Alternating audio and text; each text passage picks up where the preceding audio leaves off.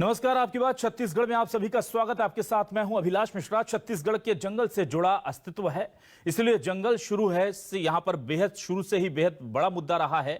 और आखिरकार करीब 3 साल बाद लेमरू हाथी अभ्यारण्य को लेकर कांग्रेस सरकार ने एरिया का नोटिफिकेशन जारी कर दिया है।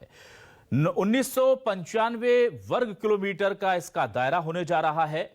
इससे पहले रिजर्व के एरिया को लेकर पर्यावरण प्रेमी और विपक्ष लगातार सरकार पर सवाल उठा रहे थे।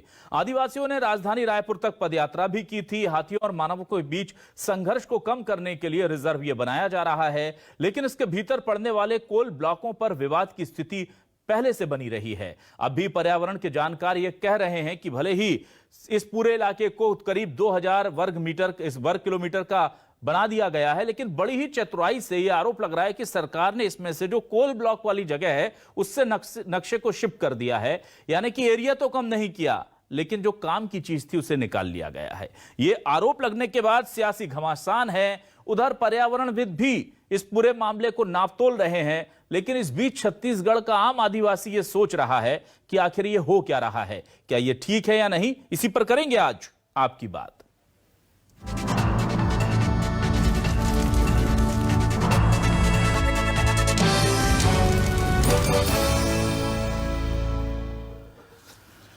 मामला बहुत सिंपल है, सरल शब्दों में जरा समझ लीजिए। एक करीब 4000 स्क्वायर किलोमीटर का एरिया, जिसे कि लेमरू प्रोजेक्ट के तहत जिसके बारे में कहा जाता रहा, यह वो इलाका था जहां पर से हाथी अचानक निकल करके आते थे और ग्रामीण इलाकों में आकर के फसलें नष्ट करना, लोगों की जान लेना, इस तरह की दिक्कतें वहां पर थीं।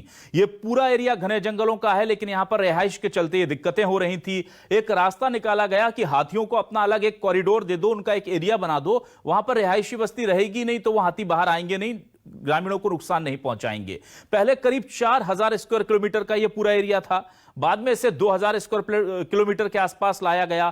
बीच में खबर आई कि कुछ लोग चाहते हैं कि इसे घटा करके 350-400 स्क्वायर किलोमीटर कर दिया जाए, जिसे मीडिया ने, न्यूज 24, मध्य प्रदेश, छत्तीसगढ़ और तमाम लोगों ने जोर शोर से उठाया। आदिवासी पदयात्रा करने लगे। सरकार ने कहा किसी के साथ नाइंसाफी नहीं होगी, इस एरिया को 2000 स्क्वायर किलोमीटर से नहीं कम किया जाएगा।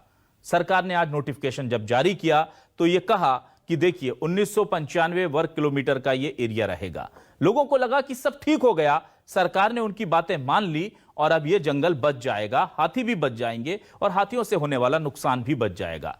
लेकिन खेल यह है कि यह जो पूरा इलाका था, यहां पर बड़े बड़े कोल माइंस थे जिनके लिए माइनिंग की बात कही जा रही थी। अगर यह जंगल बचता तो वो इलाके भी बच जाते, माइनिंग नहीं होती। अब सरकार पर आरोप यह है कि ये इलाके को थोड़ा सा शिफ्ट कर दिया और माइनिंग के एरिया को बाहर निकाल दिया। एरिया कम नहीं किया, लेकिन कोल ब्लॉक जहां पर हैं उस एरिया को इस प्रोजेक्ट से बाहर कर दिया। इसी पर अब जो हैं आपको सुनाते हैं कि क्या कह रहे हैं बीजेपी और कांग्रेस के नेता।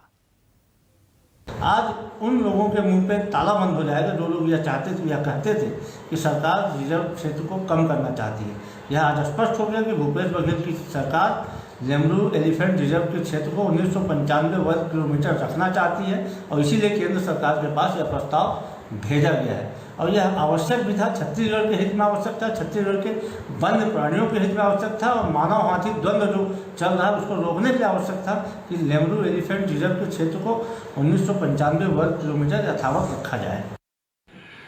जो बोला गया था कि 4000 वर्ग मीटर का वन क्षेत्र इस लेमरू हाथी परियोजना में जोड़ा जाएगा, उसको घटाकर 1995 वर्ग मीटर का ही अधिसूचना जारी हुई है। ये बड़ी विडंबना है कि इतना समय क्यों लगा, और समय लगा और उसके बाद समय लगने के बाद क्षेत्र के कहाँ पर काट छांट की गई है। जब नक्शा आएगा वन परिक्षेत्रों के बाद और नक्शे में समझ में आएगा कि कहाँ पर लेमरू हाथी परियोजना खत्म होती है, कहाँ से कोल ब्लॉक की इन्होंने अनुशंसा की है। बीजेपी कांग्रेस को सुन लिया आपने, अब जरा पर्यावरणविद क्या कह रहे हैं, जरा आलोक शुक्ला की ये बाइट सुनिए, आप समझ जाएंगे कि उनकी आपत्ति किस चीज को लेकर है। लेमरू का नोटिफिकेशन हुआ है जिसमें कोरबा जिले के कोल ब्लॉक को शामिल किया गया, लेकिन दुखद रूप से सरगुजा के पूरे कोल ब्लॉक को बाहर रखा गया है और सवाल पूरे हसदेव को बचाने का था। भी मांग है कि संपूर्ण हसदेव, क्योंकि कांग्रेस का कमिटमेंट हसदेव को बचाने का था, आप यदि पूरे सरगुजा के उस जंगल को तबाह कर देंगे तो कोई मतलब नहीं रह जाएगा यहाँ पे लेमरू हाथी रिजर्व का। तो आइए, क्या है न्यूज 24 मध्य प्रदेश छत्तीसगढ़ के सवाल। सबसे पहले आपको सवाल दिखाते हैं, फिर इस डिबेट को शुरू करेंगे। हाथी अभ्यारण्य का दायरा फिक्स, फिर भी वन प्रेमी क्यों हैं चिंतित? नक्शे के साथ किसने खेल किया? चुपके से क्या सरगुजा कोल ब्लॉक बचा लिया? विपक्ष में थे तो जंगल के लिए लड़ते थे, लेकिन अब क्यों नहीं कुछ कहते? छत्तीसगढ़ में जंगल पर संकट भारी, कोयले के चक्कर में क्या चलेगी इन पर आरी? ये बड़ा सवाल है और इस सवाल पर बातचीत करने के लिए हमारे साथ खास मेहमान जुड़ेंगे। हम सीधे रुख कर लेते हैं अपने मेहमानों का। हमारे साथ बीजेपी से विधायक, बीजेपी के वरिष्ठ नेता सौरभ सिंह जी जुड़ चुके हैं। बहुत स्वागत है सौरभ जी आपका। हमारे साथ कांग्रेस से वरिष्ठ नेता सुरेंद्र शर्मा जी जुड़े हुए हैं। सुरेंद्र शर्मा जी, बहुत बहुत स्वागत है आपका। और आज हमने वन्य जीव विशेषज्ञ जो हैं संदीप पौराणिक जी को भी बुलाया है, ताकि वो इस पूरे मामले के उन पहलुओं के बारे में बताएं जो जंगल, जमीन और जानवर से जुड़े हुए हैं। बहुत बहुत स्वागत है सुरेंद्र जी आपका भी।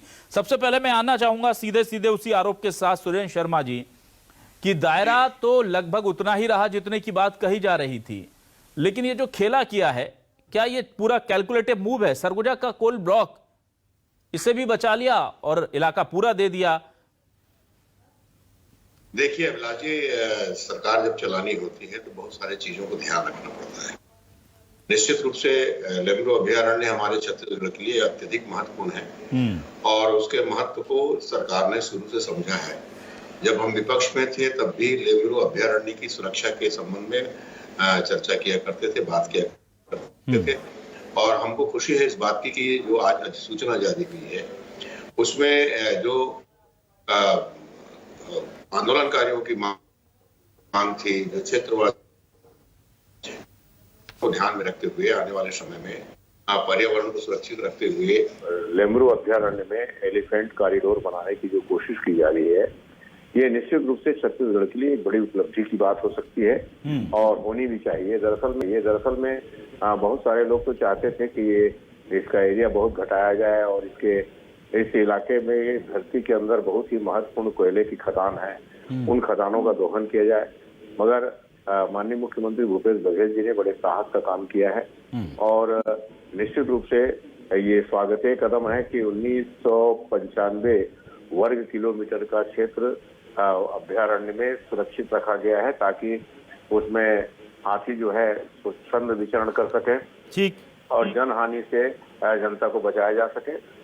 निश्चित रूप से सरकार ने अपना वादा पूरा किया है, ये मैं कहना चाहता हूँ। सौरभ जी, आप कह रहे हैं कि सरकार ने 4000 क्या, जब विपक्ष में थी तो 4000 वर्ग किलोमीटर की मांग करती थी और वो कह रहे हैं कि हमने अपना वादा पूरा किया है, 2000 से भी कम किया है। तो कौन सच बोल रहा है सर? क्या आपको याद है अच्छे से 4000 वर्ग किलोमीटर की मांग करते थे या कम था? देखिए, ये मांग करते थे कि हल्द्वानी क्षेत्र में कोई कोयले की खदान खुलेगी ही नहीं और इसीलिए 4000 किलोमीटर की बात होती थी, स्क्वायर किलोमीटर की बात होती थी। और अभी बहुत ही से कोरबा का बहुत सारा ऐसा इलाका को जोड़ा गया है जहां पर माइनिंग नहीं हो सकती। जैसे हंसदो नदी के दोनों तरफ हंसदो बांगो परियोजना के दोनों तरफ, तो वहां पर ऐसे भी माइनिंग नहीं हो सकती, कोई कोयले की माइनिंग नहीं कर सकता। उसको इन्होंने जोड़ दिया है ये लेमरू हाथी परियोजना में और कोरबा शहर के आसपास के लेमरू हाथी परियोजना में। आप देखिए, जो आप बोल रहे हैं कि सरगुजा पे और धर्मजयगढ़, इन्होंने सिर्फ 2 ही क्षेत्र में जोड़ा है और मैक्सिमम जो जोड़ा है वो कोरबा जिले में। और कोरबा जिले में ऐसे भी माइनिंग नहीं हो सकती। तो जो बात है कि कोल ब्लॉक को अनुसूचित करने के लिए बहुत सारे क्षेत्रों को छोड़ दिया गया है। आप भविष्य में जब अधिसूचना के साथ जो वन कंपार्टमेंट लेमरू प्रोजेक्ट में जोड़े गए हैं और आगे जो कोल ब्लॉक निकलेंगे, उसको जो आप चेक करिएगा तो आपको समझ में आ जाएगा किस ढंग से खेल। ठीक है, अभी आपकी आवाज सौरभ जी हम तक ठीक ढंग से नहीं पहुंच रही, हम दोबारा आपके पास आएंगे। इस बीच में मैं संदीप पौराणिक जी के पास चलता हूं। संदीप जी, मैं ये जानना चाहता हूं, क्या खुश हैं वन्य प्रेमी, वन्य जीव विशेषज्ञ और नेचर के लिए काम करने वाले लोग सरकार के इस नोटिफिकेशन से? नहीं, बिल्कुल। एक बहुत बड़ा काम हो रहा है छत्तीसगढ़ में और बड़े हर्ष की बात है कि पहले काफी कम एरिया की बात हो रही थी, 450-500 आपका वर्ग किलोमीटर की बात हो रही थी और अब 2000 की बात हो रही है।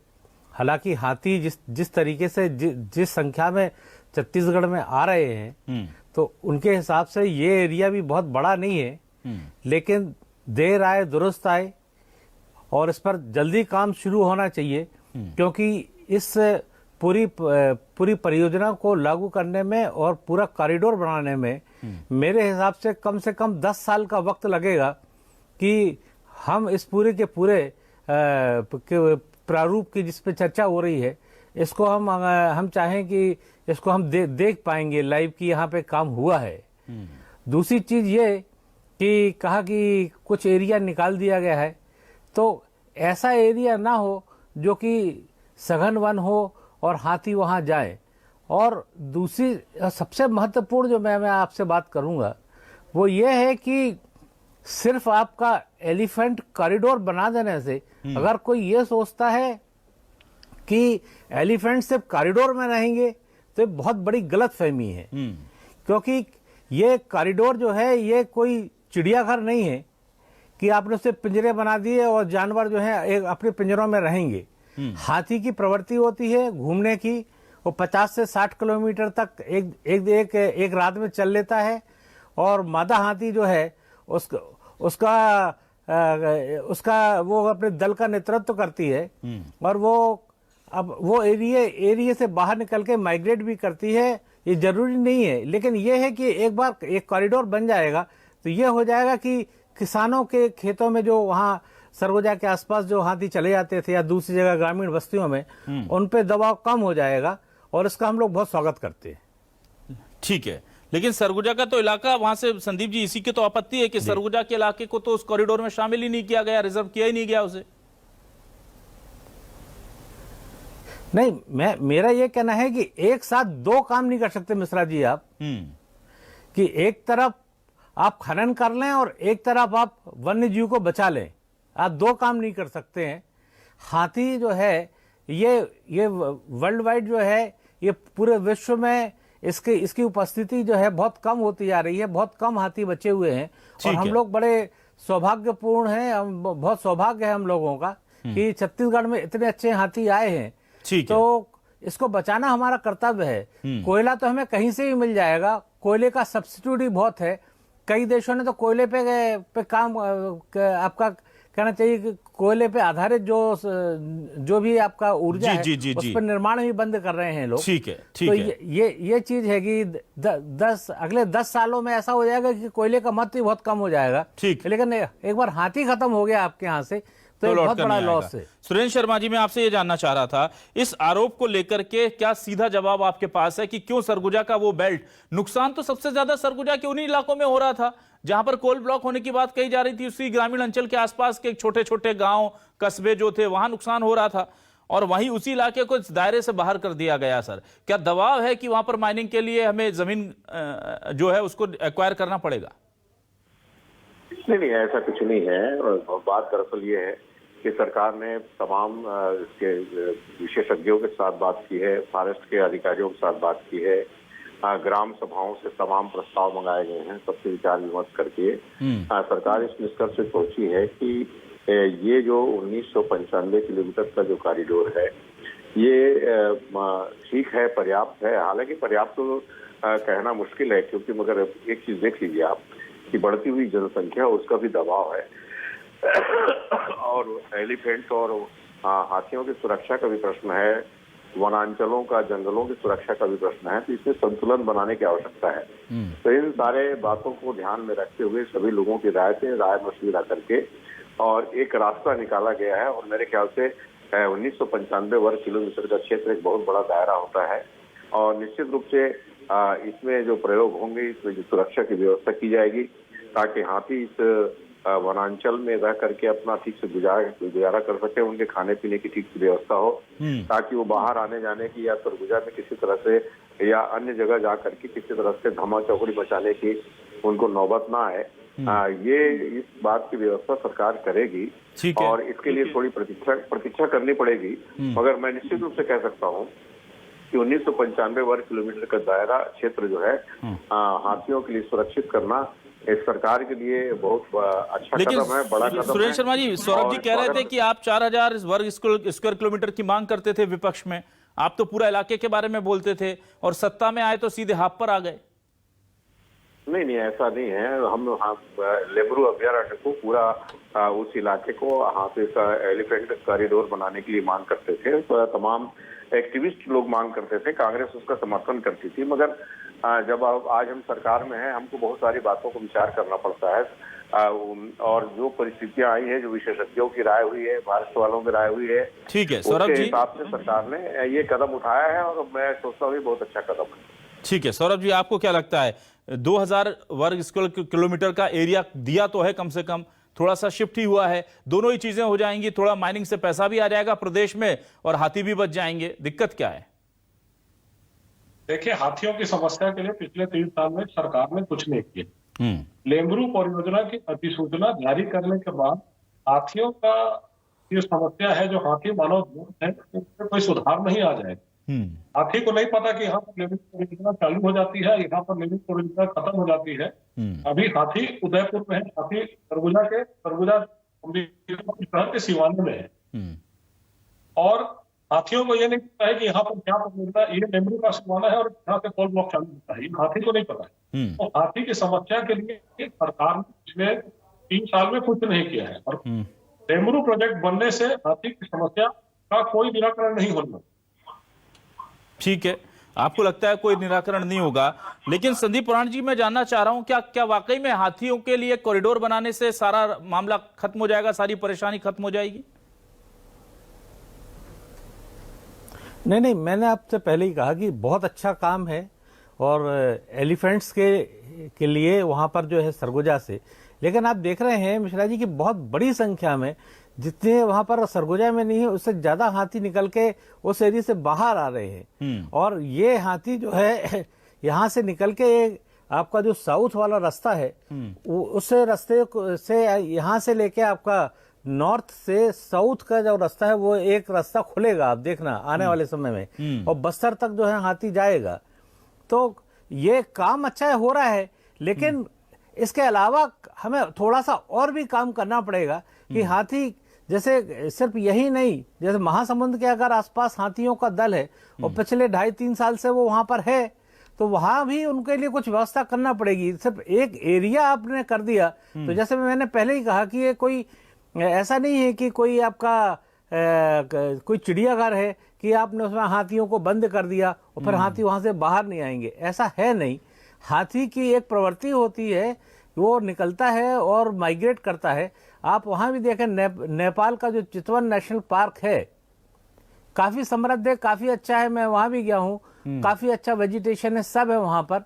लेकिन हाथी वहां से निकल के असम तक आ जाता है और असम के हाथी वहां से चितवन वापस चितवन नेशनल पार्क में जाते हैं। तो क्या है कि हाथियों की प्रवृत्ति है। लेकिन एक चीज यहाँ संदीप जी, आपने जो जानकारी दी उससे मुझे चिंता ये उत्पन्न हुई कि क्या नहीं लगता ऐसा आपको कि हाथियों के लिए अगर हम थोड़ा सा दायरा शिफ्ट कर देते हैं तो सरगुजा में आने वाले समय में माइनिंग के लिए जो कोल ब्लॉक आवंटित होते हैं, फिर हाथी वहां पर आएंगे, क्योंकि अभी ही वो सरगुजा के कई इलाकों में जो ऑलरेडी हैं उसमें आगे जा रहे हैं और हम तो उसके अंदर जाके माइनिंग के बारे में भविष्य में हमारा प्लान अगर होता है तो ये तो फिर वही स्थिति हो जाएगी और ये सारा जो प्रोजेक्ट है एक तरह से ये हाशिए पर चला जाएगा, क्योंकि हाथी बाहर ना आए इसलिए हम यहां पर एक दूसरी तरफ दायरा बढ़ा रहे हैं और एक तरफ से हम खुद ही अंदर घुस जा रहे हैं जंगल में। नहीं, बिल्कुल आप सही कह रहे हैं। आप ये जो हाथी यहाँ आए हैं 90s से, अगर आप इस पे थोड़ा सा अध्ययन करेंगे तो आपको मालूम पड़ेगा कि ये जो हाथी यहाँ पर एलिफेंट शिफ्ट हुए हैं छत्तीसगढ़ में, उसके पीछे कोल माफिया ही था झारखंड का। उसने क्या किया, वहां की जो गवर्नमेंट थी उसके साथ मिलके, गवर्नमेंट के साथ वहां के जो बड़े बड़े तस्कर थे, जो करोड़पति अरबपति है, उन लोगों ने क्या किया कि हाथियों को परेशान किया, उनके ऊपर एसिड डाला, पेट्रोल बम फेंके और भी ढोल नगाड़े बजाए, फटाखे को बहुत जबरदस्त उपयोग किया। और जब हाथी ने ये देखा कि यहाँ हमारा रहना संभव नहीं है, तो वो 100 साल बाद जिस एरिया में थे वो उस एरिया में आए हैं। तो अगर ऐसा कुछ होता है कि हाथी और जो कोल माइंस है, वो ऐसा नहीं है कि आप चुपचाप उसमें माइन करेंगे, जब तक आप उसमें हैवी ब्लास्ट नहीं करेंगे, ये नहीं करेंगे, तब तक तो वो निकलेगा नहीं। तो दो चीजें नहीं हो सकती हैं कि आपका एलिफेंट्स भी रहे वहां पर, आपका वाइल्ड लाइफ भी रहे और आप उत्खनन भी करें, तो दो चीज संभव नहीं है। ठीक है सुरेंद्र जी, क्या कहेंगे आप, क्योंकि ये चिंता बहुत जाहिर सी है, देखिए लाजमी सी चिंता है कि अगर यहां पर हमने कुछ इलाका छोड़ा है तो कुछ सोच समझ के छोड़ा होगा, और आप कह रहे हैं कि कई फैसले बहुत सोच समझ के लिए जाते हैं। तो मैं समझ रहा हूं कि आपको पर्यावरण का बैलेंस बनाना है आर्थिक विकास के साथ, माइनिंग के साथ, और उसके लिए तरीके हैं। लेकिन ये कहीं दुविधा हमें दिखती है, क्योंकि अगर हम माइनिंग करने के लिए जंगल के अंदर जाएंगे तो हाथियों पर दबाव बढ़ेगा उससे।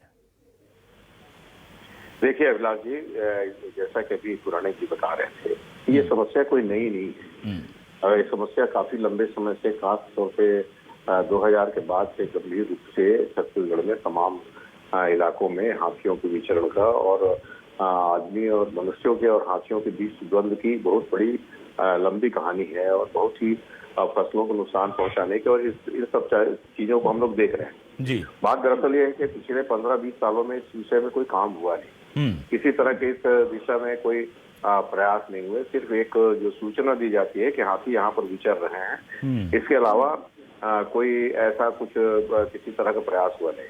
तो निश्चित रूप से छत्तीसगढ़ के माननीय भूपेश बघेल की सरकार ने एक प्रयास तो आरंभ किया है।